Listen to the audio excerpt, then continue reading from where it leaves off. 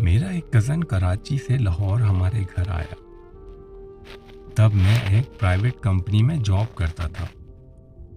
एक दिन हम छत पर बैठकर चाय पी रहे थे कि उसने मुझसे मेरी गर्लफ्रेंड का पूछा। तो मैंने उसे बताया कि मैं सिंगल हूँ। तो वो ये बात सुनकर बहुत हैरान हुआ और उसने मुझे एक लड़की का नंबर दिया।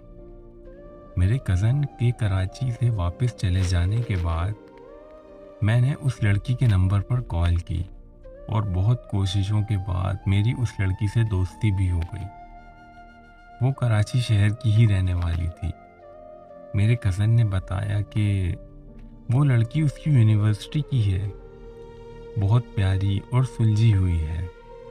यूनिवर्सिटी में किसी लड़के से बात तक नहीं करती। अब हम एक दूसरे से फ़ोन पर बात करने लगे और आपस में हर एक बात शेयर करने लगे।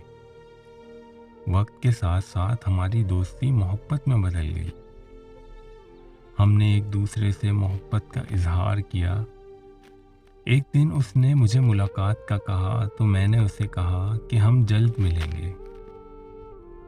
अगले कुछ दिनों में जब मैंने उसे बताया कि मैं कराची एयरपोर्ट पहुंच गया हूं तो वो खुशी के मारे चीखने लगी।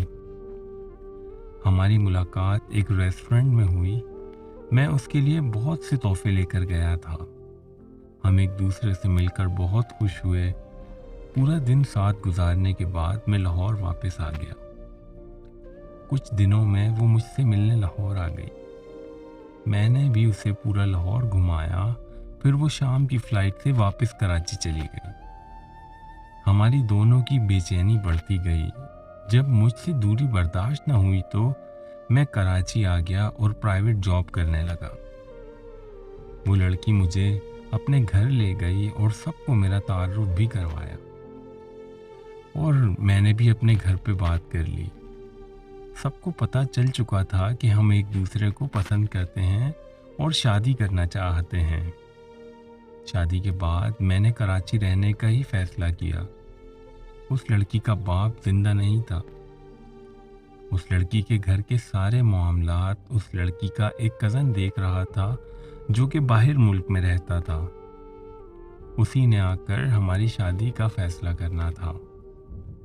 एक दिन अचानक लड़की की अम्मी की तबीयत ख़राब हो गई और उसका कज़न फ़ौरन पाकिस्तान आ गया। उसने आते ही आंटी से खुद के लिए उस लड़की का रिश्ता मांग लिया। आंटी ने भी खुशी खुशी हाँ कर दी। जब मैंने उस लड़की से बात की तो कहने लगी कि कज़न के हमारे ऊपर बहुत से एहसान हैं, इसलिए ना ही मम्मा इनकार कर सकती हैं और ना ही मैं। वो गलत थी कि सही थी मुझे नहीं पता, पर मेरी दुनिया उजड़ चुकी थी। मैं अंदर से टूटकर रेजा रेजा हो चुका था। मैं घर में इकलौता था, जो भी चाहता था मिल जाता था। बेबसी की शिद्दत इतनी बढ़ चुकी थी कि दिल कर रहा था कि पूरी दुनिया को ही जला दूं। फिर मेरे बाबा लाहौर से कराची आए। मैं उनके गले लगकर बहुत रोया। मैंने कहा, बाबा प्लीज़ मुझे लाहौर वापस ले जाएं। वो मुझे वापस लाहौर ले गए। उस लड़की ने मुझे बहुत कॉल्स की लेकिन मैंने कोई जवाब नहीं दिया। बहुत दिल करता था बात करने को, लेकिन मैं उससे बात कर नहीं पाया। ऐसा नहीं था कि मुझे उससे नफरत थी, बल्कि मुझ में सच का सामना करने की हिम्मत नहीं थी। मैं उसकी शादी की खबर सुनने से डरता था, जबकि मुझे पता चला था कि उसकी शादी हो चुकी है।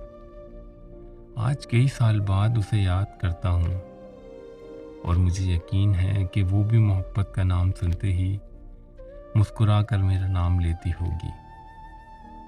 वो क्या किसी शायर ने खूबसूरत कहा था, याद आएगी हर रोज़ मगर तुझे आवाज़ ना दूंगा। याद आएगी हर रोज़ मगर तुझे आवाज़ ना दूंगा। लिखूंगा तेरी कहानी मगर तेरा नाम नहीं लूँगा।